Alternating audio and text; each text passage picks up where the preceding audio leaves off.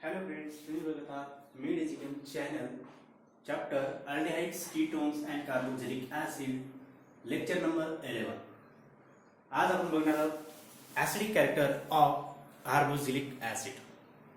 आपल्याला माहिती आहे की ऍसिडची जी काही स्ट्रेंथ आहे किंवा ऍसिड कशाला म्हणतो आपण, असे स्पेसिस की ते ऍसिडिक कॅरेक्टर शो करतात. ऍसिडिक कॅरेक्टर शो करतात म्हणजे नेमकं काय करतात, ठीक आहे. ऍसिडिटी शो करतात म्हणजे नेमकं काय करतात, त्याच्यामध्ये ऍसिड जे आहेत हे काय करतात, पीएच इन्क्रीज करतात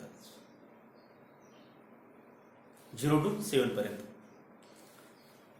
म्हणजे पीएच 1 असेल तर ऍसिड आहे, पीएच 6 असेल तर वीक ऍसिड आहे, 7 असेल तर मॉलिक्युल्स हा न्यूट्रल असतो, आणि 7च्या नंतर जे काही मॉलिक्युल्स असतील म्हणजे पीएच 7 to 40 पर्यंत ते काय करतात, ते कसे असतात, बेसिक, म्हणजे ज्याला बेस आपण म्हणतो.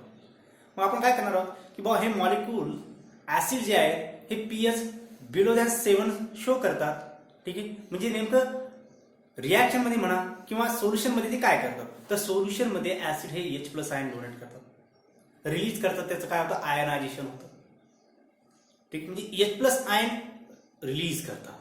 लॉरेंट ब्राउन्सचे कन्सेप्ट आपल्याला सांगते की बाबा ऍसिड जे आहेत हे काय करतात, सोल्युशन मध्ये H+ आयन देतात. बेस कशाला म्हणणार, बेस हे सोल्युशन मध्ये OH- आयन देणार, ठीक आहे. म्हणजे ऍसिड जे आहे हे काय करतात, सोल्युशन मध्ये H+ आयन देतात, ठीक आहे. पण काही ऍसिड असे आहेत की ते H+ आयन देत नाही पण ऍसिड आहेत. मग त्यांचं ऍसिड आपण कशावरून ठरवणार की तो ऍसिड आहे की बेस आहे, तर त्यांची व्हॅल्यू जी असते pKa आणि Ka, ह्याच्या व्हॅल्यूज आहेत, ह्या व्हॅल्यूज डिसाइड करतात की तो ऍसिडिक कॅरेक्टर शो करणार आहे की बेसिक कॅरेक्टर शो करणार आहे, ठीक. आजच्या लेक्चरमध्ये काही मॉलिक्यूलचे तुम्हाला पीके व्हॅल्यू, के व्हॅल्यू, ज्याच्यावर आपण आपल्याला कळेल की कुठला मॉलिक्यूल, कुठला ऍसिड हा स्ट्रॉंग ऍसिड आहे किंवा कुठला ऍसिड हा वीक ऍसिड आहे, ठीक आहे. आजच्या लेक्चरमध्ये आपण बघणार आहोत acidic character of carboxylic acid. जे काही कार्बोक्सिलिक ऍसिड आहे त्यांचं ऍसिडिक कॅरेक्टर काय. जनरली बघा डायल्यूट सोल्युशन मध्ये एखादा ऍसिड आहे, कन्सिडर करा RCOOH. हा काय ऍसिड आहे का, कारण की त्याच्यामध्ये काय COOH ऍसिडिक कार्बोक्सिलिक ग्रुप आहे. कुठला ग्रुप आहे, कार्बोक्सिलिक. कुठला कार्बोक्सिलिक, COOH. याला तुम्ही असंही लिहू शकता C=OOH, ठीक आहे. हा कार्बोक्सिलिक ग्रुप आहे. हा कार्बोक्सिलिक ग्रुप काय करणार आहे, सोल्युशन मध्ये, सपोज याला तुम्ही ऍक्वियस सोल्युशन मध्ये घेतलं, म्हणजे ऍक्वियस म्हणजे वॉटर मध्ये जर त्याला टाकलं तर त्याचं आपल्याला डिसोसिएशन होताना दिसतं. त्याचं डिसोसिएशन कसं होणार, RCOO- प्लस जो काही H+ बाहेर पडणार आहे तो वॉटर सोबत अटॅच झाला आणि H3O+, अशा प्रकारची स्पेसिस त्या ठिकाणी तयार होतात. आणि याला काय म्हणतो आपण, कार्बोक्सिलेट आयन. काय म्हणायचं याला, कार्बोक्सिलेट, कार्बोक्सिलेट आयन. आता ऍसिडने काय केलंय, H+ रिलीज केलाय. काय रिलीज केलाय, -H+, म्हणजे RCOO- प्लस H+, आणि हा H+ कोणी गेन केलाय, वॉटर मॉलिक्यूलने, त्या ठिकाणी काय बनला, H3O+, ठीक आहे. म्हणजे बघा ऍसिड काय रिलीज करतात, H+ आहे. डेफिनेशन आपल्याला माहिती, लॉरेंट ब्राउन्सच्या कन्सेप्ट नुसार की the molecules are the bases which release H+ ion or proton in solution, in aqueous solution, we call them as an acid. If molecules releases, suppose here is a NaOH molecules, when we dissolve in water it gives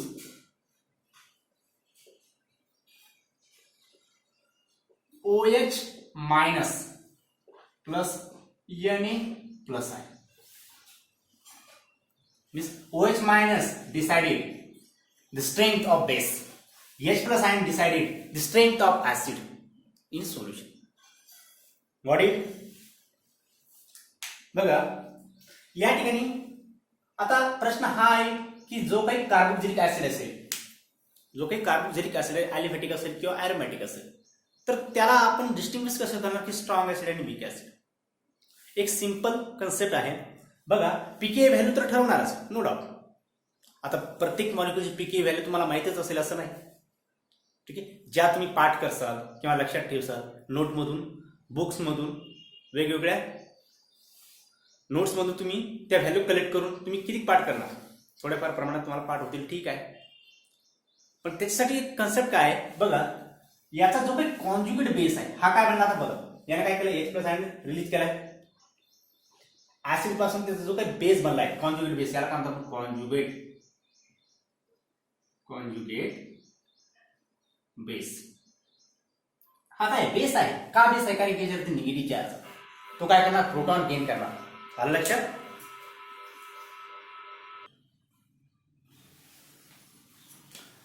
जो conjugate base बनणार आहे ऍसिडचा, जो जितका stable,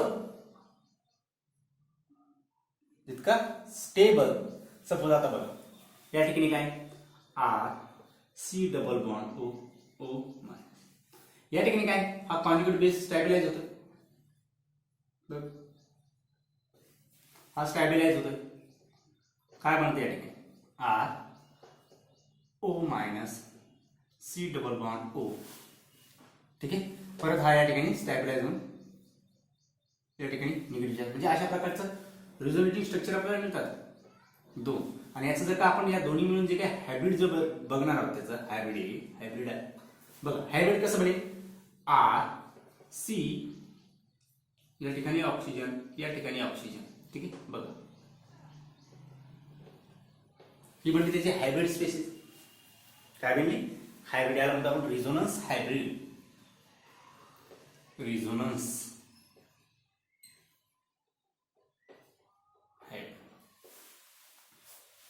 त्याला काय म्हणायचं, resonance hybrid. ठीक आहे, बघ ऍसिडचा कॉन्ज्युगेट बेस आहे, हा कसा स्टेबल आहे, त्याच्यामुळे हा H+ आहे ना रिलीज केलाय, हा स्टेबल आहे. जेवढा हा स्टेबल तेवढा फास्टली तो काय करेल, H+ रिलीज करून टाकेल. जेवढा कॉन्ज्युगेट बेस, जो काही कॉन्ज्युगेट बेस बनणार आहे तो जर स्टेबल असेल तर त्याला H+ द्यायला काही अडचण आहे का, नाही. आलं लक्षात. ठीक आहे, हे नोट डाऊन करा.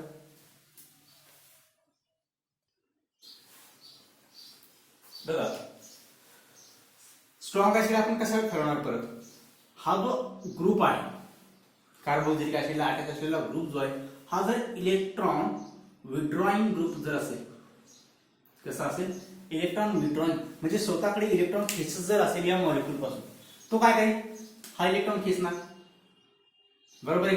इलेक्ट्रॉन खेचल्याच्या नंतर काय होणार, हा जो कार्बोनिल ग्रुप आहे, या कार्बोनिल ग्रुपची इलेक्ट्रॉन डेन्सिटी कमी होणार. कार्बोनिलची इलेक्ट्रॉन डेन्सिटी जर कमी झाली तर हा ऑक्सिजन आणि हायड्रोजन मधला बॉन्ड वीक होणार, बरोबर आहे, कारण की त्याच्यामध्ये स्ट्रेंथ कमी होणार. ठीक आहे, तो बॉन्ड जर वीक जर झाला तर हा H+ इझिली सोल्युशन मध्ये रिलीज करेल, बरोबर आहे की. हा ज्याने जर H+ इझिली जर रिलीज केले तर आपण काय म्हणतो, स्ट्रॉंग ऍसिड. मॉलिक्यूल जेवढ्या फास्टली H+ देईल तेवढं तो स्ट्रॉंग, बरोबर आहे. म्हणजे या ठिकाणी काय असायला पाहिजे, इलेक्ट्रॉन विड्रॉइंग. सपोज जी काय हॅलोजन सिरीज आहे, हॅलोजन याच्यामध्ये आपल्याला माहिती आहे क्लोरीन, ब्रोमीन, आयोडीन. या ठिकाणी आरच्या ऐवजी या आरला एखादा हॅलोजन जर अटॅच असेल तर याच्यावरती काय येईल. ठीक आहे, मी तुम्हाला काही कंपाऊंड लिहितोय, त्याच्या पीके व्हॅल्यू देतोय. ठीक आहे, त्या तुम्ही नोट डाऊन करायच्या. बघा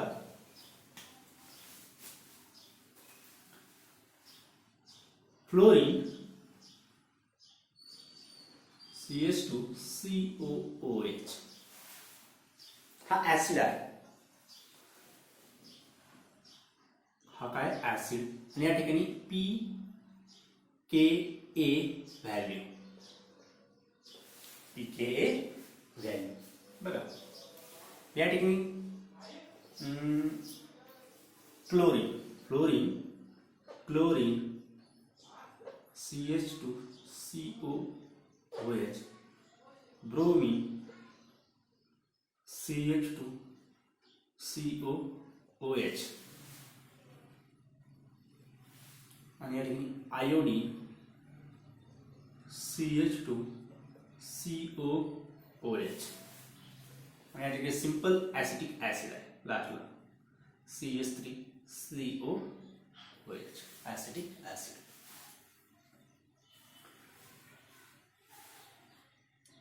फ्लोरो acetic acid, chloro acetic acid, bromo acetic acid, iodo acetic acid आणि सिम्पली ऍसिटिक ऍसिड. या 5 मॉलिक्यूलची आपल्याला पीके व्हॅल्यू बघा. याची पीके व्हॅल्यू आहे 2.56. किती आहे? 2.56. याची आहे 2.86 जवळपास 2.86. याची आहे 2.9. याची आहे 3.18 आणि ऍसिटिक ऍसिड जी आहे 4.7. बघा आता या ठिकाणी काय होतं? पीके व्हॅल्यू काय होते? वाढत जाते. पीके व्हॅल्यू काय होते? वाढते. Increases.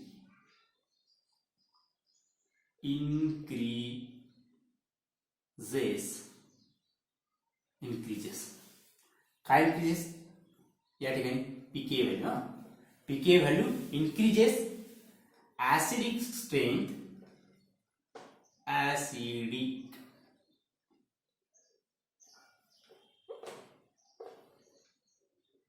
acidic strength decreases. Acidic strength जेवढी जास्त पीके व्हॅल्यू तेवढा वीक ऍसिड, जेवढे कमी पीके व्हॅल्यू तेवढा स्ट्रॉंग ऍसिड. सपोज तुम्हाला अशा प्रकारच्या पीके व्हॅल्यू दिल्या आणि तुम्हाला कंपाऊंड दिले आणि तुम्हाला सांगितलं arrange this molecule by the increasing or decreasing order of acidic strength. त्यावेळेस तुम्हाला काय करायचंय? लक्षात ठेवायचंय की जेवढी पीके व्हॅल्यू जास्त तेवढी त्याची ऍसिडिक स्ट्रेंथ कमी, जेवढी पीके व्हॅल्यू कमी तेवढी ऍसिडिक स्ट्रेंथ जास्त. ठीक आहे. आता तुम्हाला जर विचारलं या मॉलिक्यूल मध्ये अरेंज करा by the increasing order of acidic strength, simple. मी याला नंबर देतो 1 2 3 4 5. इन्क्रीजिंग ऑर्डरने तुम्हाला अरेंज करायचे. ठीक आहे. तुम्ही काय करणार? 1 is greater than 2 is greater than 3 is greater than 4 is greater than 5. लक्षात म्हणजे fluoro acidic acid is stronger acid than the chloroacidic acid and chloroacidic acid also stronger than the bromoacidic acid. Bromoacidic acid stronger than the iodoacidic acid. असं का? त्याचं reason काय? त्याचं reason बघा. याची electronegativity value तुम्हाला माहिती आहे. सगळ्यात जास्त electron means most higher electronegativity value in the periodic table कोणाची आहे? फ्लोरीन. कोणाची आहे? फ्लोरीन. म्हणजे फ्लोरीनची इलेक्ट्रोनिगेटिव्हिटी व्हॅल्यू जास्त. हा काय करेल? याच्याकडचे इलेक्ट्रॉन स्वतःकडे खेचण्याचा प्रयत्न करेल. जेवढे इलेक्ट्रॉन खेचेल तेवढा हा ऑक्सिजन आणि हायड्रोजन मधला बॉन्ड काय वीक होईल, तेवढा तो H+ आयन फास्टली रिलीज करेल. बरोबर आहे. म्हणजे याचा कुठला इफेक्ट आहे? कुठला effect? -I effect. -I effect of this halogen ion. -I effect म्हणजे मायनस इंडक्टिव्हिटी म्हणजे इलेक्ट्रॉन खेचणार आहे, इलेक्ट्रॉन घेत आहे. आणि +I म्हणजे काय? इलेक्ट्रॉन देत आहे. बरोबर आहे. व्हाईस वर्सा अपोजिट आहे. बघा आणि तुम्हाला माहिती आहे हॅलोजन्स हे काय -I इफेक्ट सुद्धा दाखवतात आणि +I इफेक्ट सुद्धा दाखवतात. पण त्याच्यामध्ये -I इफेक्ट हा डॉमिनेट असतो. मी तुम्हाला सांगितलं हॅलोजन डेरिव्हेटिव्ह्ज ऑफ अल्केन मध्ये. आलं लक्षात? म्हणजे it's dominate -I effect and due to this -I effect the acidity increases. आणि जेवढी इलेक्ट्रोनिगेटिव्हिटी व्हॅल्यू जास्त तेवढा तो इलेक्ट्रॉन खेचेल म्हणजे तेवढा तो ऍसिडिक नेचरमध्ये जास्त. म्हणून याची पीके व्हॅल्यू बघा. फ्लोरीनची इलेक्ट्रोनिगेटिव्हिटी फ्लोरीनपेक्षा कमी आहे म्हणजे हा कमी इलेक्ट्रॉन खेचणार, म्हणजे या कमी त्याची जी स्ट्रेंथ आहे इलेक्ट्रॉन खेचण्याची कमी आहे म्हणजे हा इझिली प्रोटॉन देईल का नाही as compare to fluoroacidic acid. Concept कळाला तुम्हाला? सिंपल कन्सेप्ट कळणं महत्वाचं आहे. आलं लक्षात? या ठिकाणी काय सांगणार आपण? -I effect of halogen responsible. -I effect जो काय तो रिस्पॉन्सिबल आहे ऍसिडिक स्ट्रेंथसाठी. responsible to diffuse acidic strength. लक्षात ऍसिडिक स्ट्रेंथ ही जी वेगवेगळी दिसते आपल्याला ती कशामुळे मायनस आय पी टू. आलं लक्षात. आणि बघा या ठिकाणी तुम्ही काय सांगता lower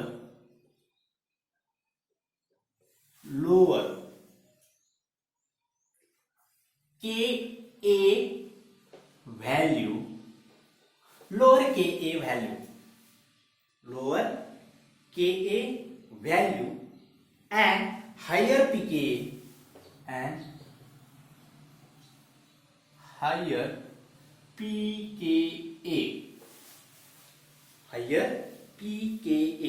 weaker acid. higher pKa weaker acid. Suppose तुम्हाला या ठिकाणी आता pKa व्हॅल्यू दिली, एखाद्या के व्हॅल्यू देतील. बघा जेवढी कमी के व्हॅल्यू आणि जेवढी हायर पीके तेवढा तो काय वीक ऍसिड.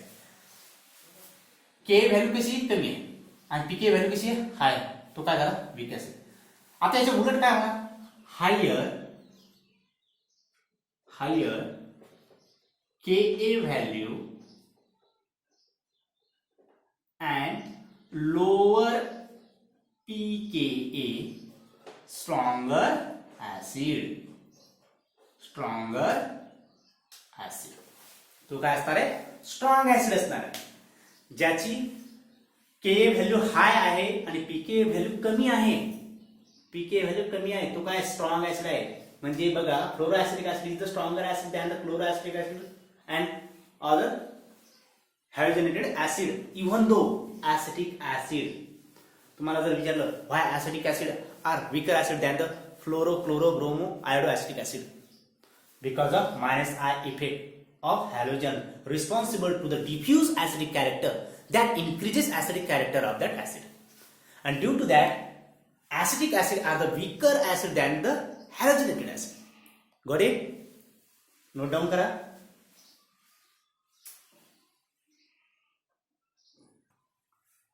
बघा alcohols, phenols and carboxylic acid undergoes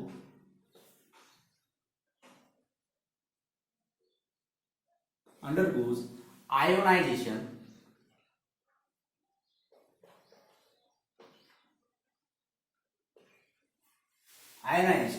म्हणजे जे काय अल्कोहोल असतील फिनॉल असतील किंवा कार्बोक्सिलिक ऍसिड असेल त्यांचं काय होतं आयोनायझेशन होतं.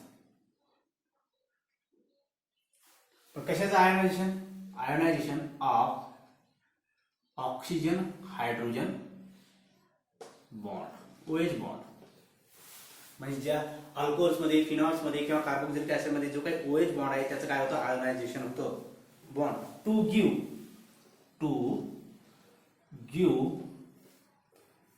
टू काय केला बरं. आता याचं आयोनायझेशन जर झालं काय मिळेल सिंपल कन्सेप्ट आहे काय मिळेल H+ आहे टू गिव्ह अवे प्रोटॉन म्हणजे त्याला म्हणतो आपण H+ आहे. H+ म्हणजे काय प्रोटॉनचा आहे, त्याच्यामध्ये इलेक्ट्रॉन आहे का नाही. ठीक आहे प्रोटॉन म्हणजे alcohols phenols and carboxylic acid undergoes ionisation of OH bond to give away proton. म्हणजे प्रोटॉन ते बाहेर टाकून देतात. बघा या ठिकाणी मी काय करतो कंपाऊंड घेतोय. कंपाऊंड अल्कोहोल्स आहे सपोज आपल्याकडे ROH. ठीक आहे ROH म्हणजे ते काय सपोज तुम्हाला माहिती थोड्या प्रमाणात ऍसिडिक नेचर आहे पाण्यापेक्षा. ठीक आहे पाणी सुद्धा यांच्यापेक्षा स्ट्रॉंग आहे पण हे वीक ऍसिड आहे. म्हणजे या ठिकाणी आपण असं लिहू ऍसिड.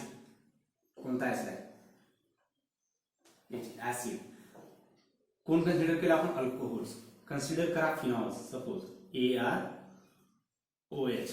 कन्सिडर करा carboxylic acid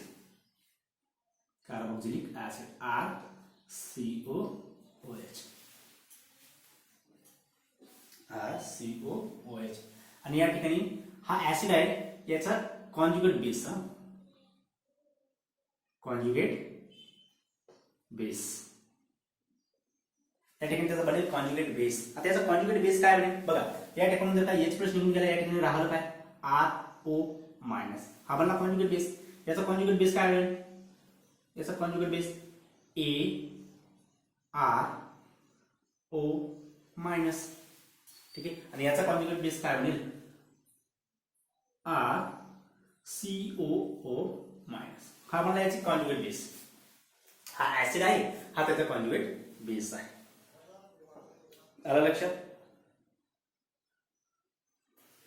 conjugate base A minus, म्हणजे बघा H जर घेतला, प्रोटॉन जर निघून गेला तर राहणार A मायनस, म्हणजे ही A मायनस बेस. आता बघा याच्यामध्ये कुठला इलेक्ट्रॉनिक इफेक्ट आहे जो की आपल्याला सांगतो की हा ऍसिड स्ट्रॉंग ऍसिड असेल की वीक ऍसिड असेल. इलेक्ट्रॉनिक इफेक्ट, याच्यामध्ये असलेला इलेक्ट्रॉनिक इफेक्ट बघा, इलेक्ट्रॉनिक इफेक्ट, इलेक्ट्रॉनिक इफेक्ट. आता बघा याच्यामध्ये काय कुठला इलेक्ट्रॉनिक इफेक्ट आहे, आर ग्रुप. सपोज एखादा अल्काइल ग्रुप असेल तो ऑक्सिजनला काय करेल, इलेक्ट्रॉन देऊन टाकेल, देणार की नाही, बरोबर आहे. म्हणजे त्याच्यावरती काय प्लस आय इफेक्ट, म्हणजे प्लस आय इंडक्टिव्ह इफेक्ट आहे. आलं लक्षात, inductive effect of R group, inductive effect of R group plus inductive effect. आणि या ठिकाणी काय असेल minus I effect of AR group. आणि या ठिकाणी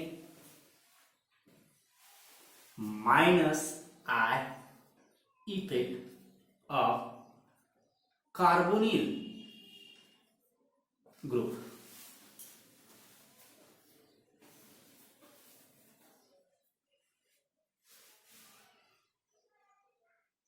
आता बघा या ठिकाणी स्टॅबिलायझेशन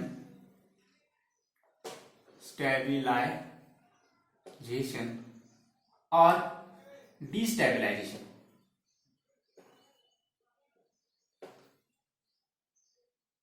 हे जे इफेक्ट आहेत या मॉलिक्यूलला स्टॅबिलाइज करतात, या कॉन्जुगेट बेसला स्टॅबिलाइज करतात की डिस्टॅबिलाइज करतात. बघ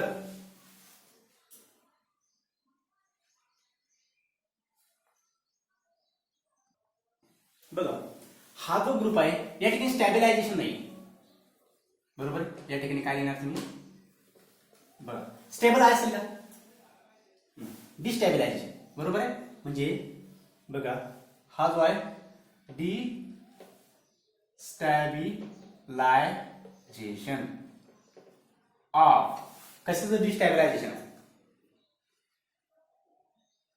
आहे, आयन ऑफ कॉन्जुगेट बेस. हा जो कॉन्जुगेट आहे बघा ना, हा अल्काइल ग्रुप आहे, या ठिकाणी ऑक्सिजन आहे, हा ऑक्सिजनचा निगेटिव्ह चार्ज कुठे स्टॅबिलाइज होणार आहे का, नाही.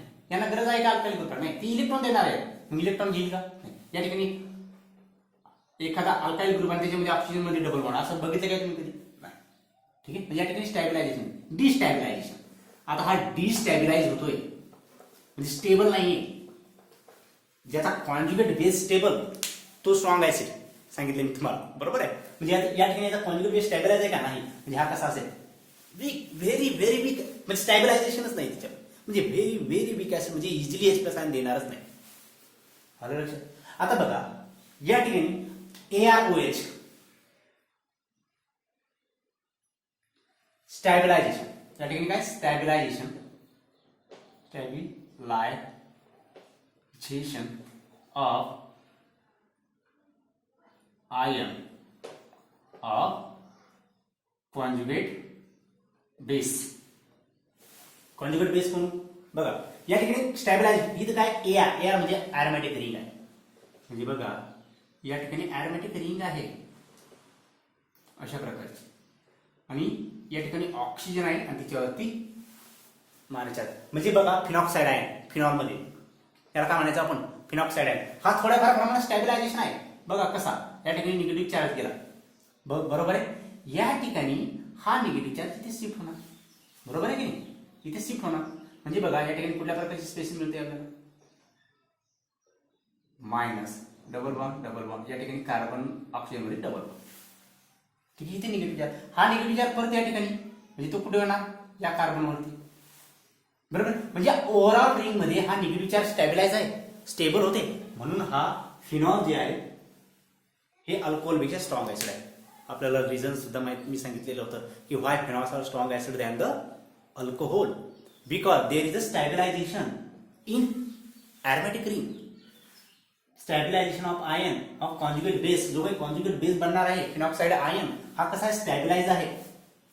आलं लक्षात, स्टॅबिलाइज आहे म्हणून तो कसा आहे अल्कोहोल, या अल्कोहोलपेक्षा स्ट्रॉंग ऍसिड आहे. इन अदर हँड बघा या ठिकाणी जो काही कार्बोक्सिलिक आयन आहे हा कसा आहे स्टॅबिलाइज आहे, गुड स्टॅबिलायझेशन आहे, because of all structure are equal. याच्यामध्ये बघा हा R C double bond O O minus, याच्यामध्ये स्टॅबिलायझेशन कसं असेल अशा प्रकारे. इथे काय बने बघा आर सी ओ मायनस आणि या ठिकाणी डबल बॉन्ड. आता बघा सेम दिसतात की नाही स्ट्रक्चर. अरे एका ऑक्सिजनवरती निगेटिव्ह चार्ज, इथे एका ऑक्सिजनवरती निगेटिव्ह चार्ज, या ठिकाणी एका ऑक्सिजनवरती डबल बॉन्डेड ऑक्सिजन आहे, या ठिकाणी एक डबल बॉन्डेड ऑक्सिजन आहे. म्हणजे रिझोनन्स स्टॅबिलायझेशन जे आहे हे कसं आहे सेम दिसतं आपल्याला, इक्विव्हॅलंट आहे in all structure. The stabilisation is same और इक्विव्हॅलंट, आणि म्हणून त्याला काय म्हणतो आपण गुड स्टॅबिलायझेशन. ठीक आहे, इक्विव्हॅलंट आहे. आता एरोमॅटिक रिंग मध्ये इक्विव्हॅलंट आहे का, कधी जो काही कार्बोनिल ग्रुप आहे त्याच्या ऑर्थोला निगेटिव्ह चार्ज, कधी पॅराला. ठीक आहे, म्हणजे इक्विव्हॅलंट नाही. आलं लक्षात, पण या ठिकाणी इक्विव्हॅलंट आहे ऍज कम्पेअर टू फिनॉक्साइड आहे. ठीक आहे, म्हणून आपण सांगतो जे काही ऍसिड आहेत हे फिनॉलपेक्षा कसे आहेत स्ट्रॉंग ऍसिड आहे. आलं लक्षात, नोट डाऊन करा.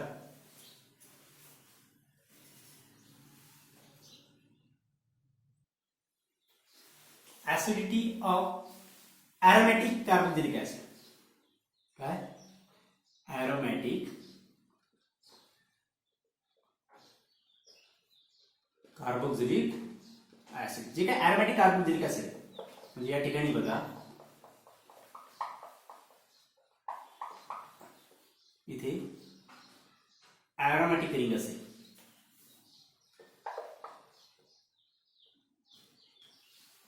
एरोमॅटिक रिंग आहे, एरोमॅटिक कार्बोक्सिलिक आयन. या ठिकाणी काय एरोमॅटिक कार्बोक्सिलिक आयन आहे, एरोमॅटिक कार्बोक्सिलिक ऍसिड. याची स्ट्रेंथ बघा, याच्यामध्ये जो काही sp2 या ठिकाणी लिहा, the sp2 hybridized carbon, the sp2 hybridized carbon of aromatic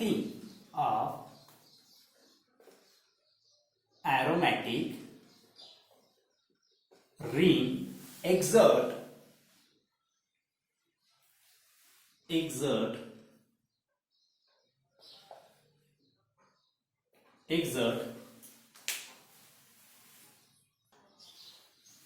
electron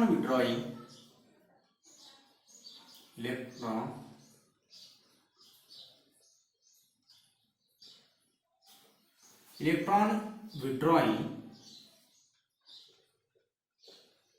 inductive effect. त्याला काय म्हणतो आपण minus I effect, minus I effect. म्हणजे बघा या ठिकाणी जी काही एरोमॅटिक रिंग आहे बरोबर आहे, आणि या ठिकाणी C double bond O O H आहे अशा प्रकारे. आता या ठिकाणी काय होणार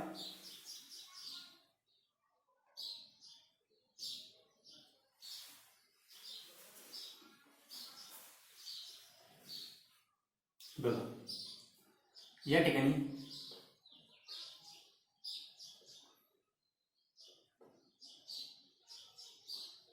C double bond O minus आणि H प्लस. ठीक आहे, आयनायझेशन जर झालं याचं आयनायझेशन, ठीक आहे, म्हणजे मायनस H प्लस ऍसिड पासून. आता बघा या ठिकाणी स्टॅबिलायझेशन आहे, हे स्टॅबिलायझेशन आहे, ठीक आहे, पण ही बेंझिन काय या ठिकाणी कुठला कार्बन आहे बघा, sp2 हायब्रिडाइज कार्बन आहे. ठीक आहे, इथे सुद्धा sp2 हायब्रिडाइज कार्बन आहे, हा सुद्धा sp2 हायब्रिडाइज आहे, हा सुद्धा sp2. आणि हे काय करतात, इलेक्ट्रॉन डेन्सिटी म्हणजे काय करतात, इलेक्ट्रॉन विड्रॉ करतात, म्हणजे स्वतःकडे घेतात, म्हणजे मायनस हा इफेक्ट, म्हणजे इलेक्ट्रॉन घेतात. कोणाकडून घेणार आता इलेक्ट्रॉन, या O मायनस कडून. म्हणजे कार्बन ग्रुप तर घेतोय, पण आता ही बेंझिन रिंग सुद्धा इलेक्ट्रॉन खेचते. आता बघा ही सुद्धा इलेक्ट्रॉन विड्रॉइंगचं काम करणारे, हा कार्बोनिल सुद्धा इलेक्ट्रॉन विड्रॉइंगचं काम करणारे, म्हणजे याची ऍसिडिटी काय झाली, इन्क्रीज झाली. लक्षात, ऍसिडिटी काय होते, इन्क्रीज झाली. म्हणजे अॅरोमॅटिक सबस्टिट्यूटेड जे काही कार्बोक्सिलिक ऍसिड आहे त्याची acidity as compared to aliphatic carboxylic acid are higher. आलं लक्षात. म्हणजे बघा याची पीके व्हॅल्यू काय असेल, ऍसिडिक ऍसिड पेक्षा जास्त असेल. आलं लक्षात. बघा जो काही बेंझोइक ऍसिड आहे या ठिकाणी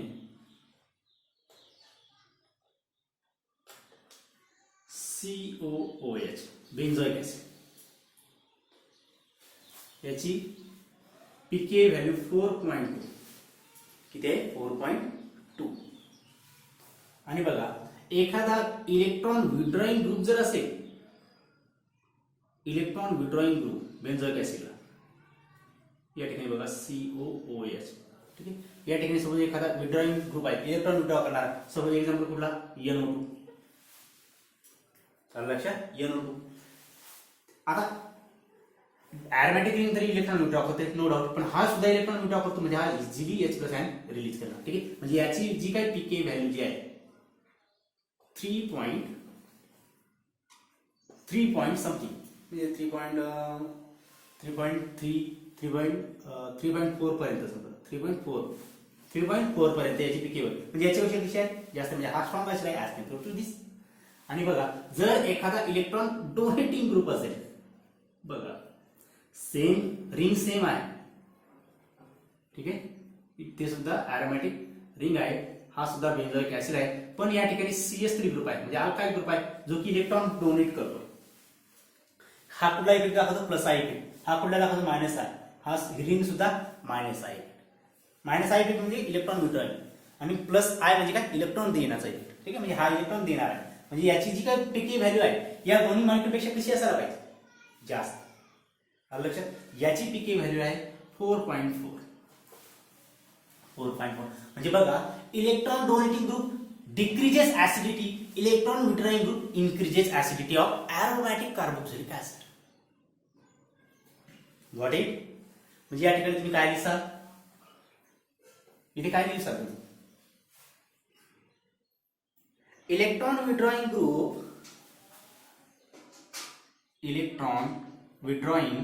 group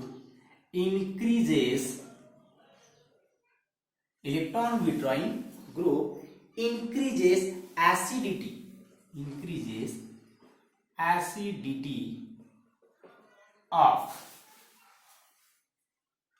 aromatic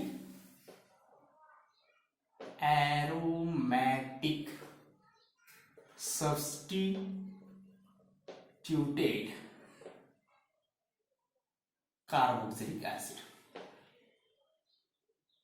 carboxylic acid. While याच्या व्यतिरिक्त while electron donating group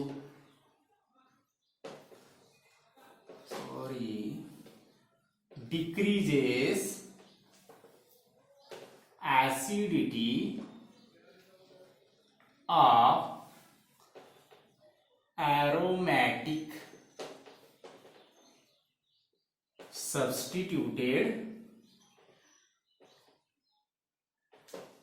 carboxylic acid. Electron withdrawing group असेल तर ऍसिडिटी इन्क्रीज होणार, आणि इलेक्ट्रॉन डोनेटिंग ग्रुप असेल तर ऍसिडिटी डिक्रीज होणार. नोट डाऊन करा. बघा हे एक्झाम्पल देतो या ठिकाणी.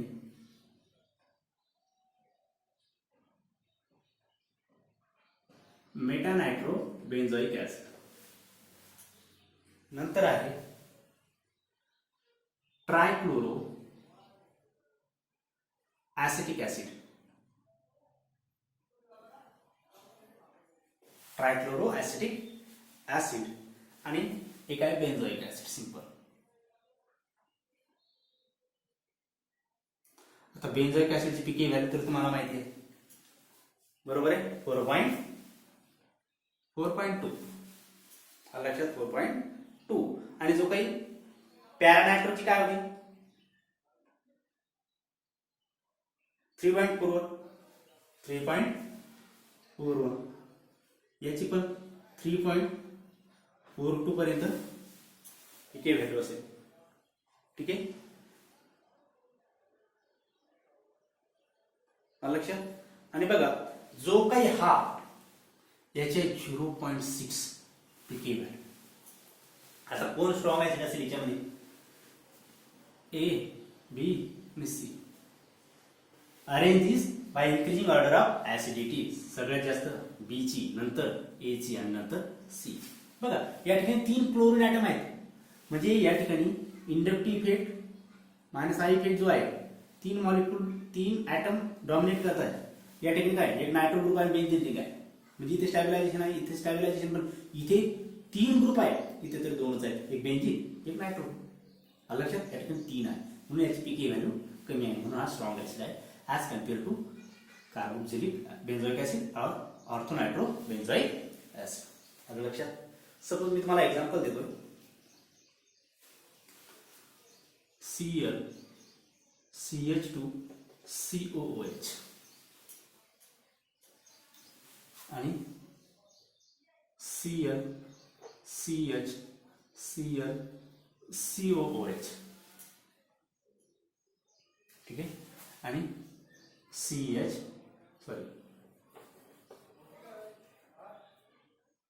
Cl Cl Cl COOH. आता बघा ट्रायक्लोरो ऍसिटिक ऍसिड आहे, याची पीके व्हॅल्यू किती 0.6. याची किती असेल, या ठिकाणी 2 आहे, म्हणजे डेफिनेटली याच्यापेक्षा कमी असेल की नाही, बरोबर आहे. त्याची किती आहे 1.6 1.26. ठीक आहे, आणि याची किती 1.8. बघा याची 1.8 पर्यंत असेल, 1.86 पर्यंत असेल. ठीक आहे, म्हणजे बघा याची पीके व्हॅल्यू जास्त आहे, म्हणजे या ठिकाणी 2 क्लोरीन आहे, पीके व्हॅल्यू वाढली. या ठिकाणी एकच क्लोरीन आहे, पीके व्हॅल्यू अजून वाढली. बघा प्रश्न हा आहे, या ठिकाणी 1 पॉईंट नसेल 2.86 म्हणजे बघा एकच क्लोरीन आहे, व्हॅल्यू जास्त, 2 क्लोरीन वाढले, इलेक्ट्रॉन विड्रॉइंग इफेक्ट वाढला, मायनस आय इफेक्ट वाढला, पीके व्हॅल्यू कमी, मायनस आय इफेक्ट वाढला, पीके व्हॅल्यू कमी. लक्षात, म्हणजे हा काय स्ट्रॉंग ऍसिड आहे ऍज कम्पेअर टू दिस, आणि हा स्ट्रॉंग ऍसिड आहे ऍज कम्पेअर टू दिस. लक्षात. या ठिकाणी आपण जे काही ऍसिडिक कॅरेक्टर आहे ऍसिडचं या ठिकाणी डिस्कस केलेला. नोटबुक बघा, नोटबुकमध्ये व्यवस्थित नोट्स तयार करा, बुकचा आधार घ्या, बुक्समध्ये वाचा, काही डाऊट असेल तर विचारत जा. ठीक आहे, आज आपण या ठिकाणी थांबू. ऑल द व्हेरी बेस्ट, अभ्यास करत राहा.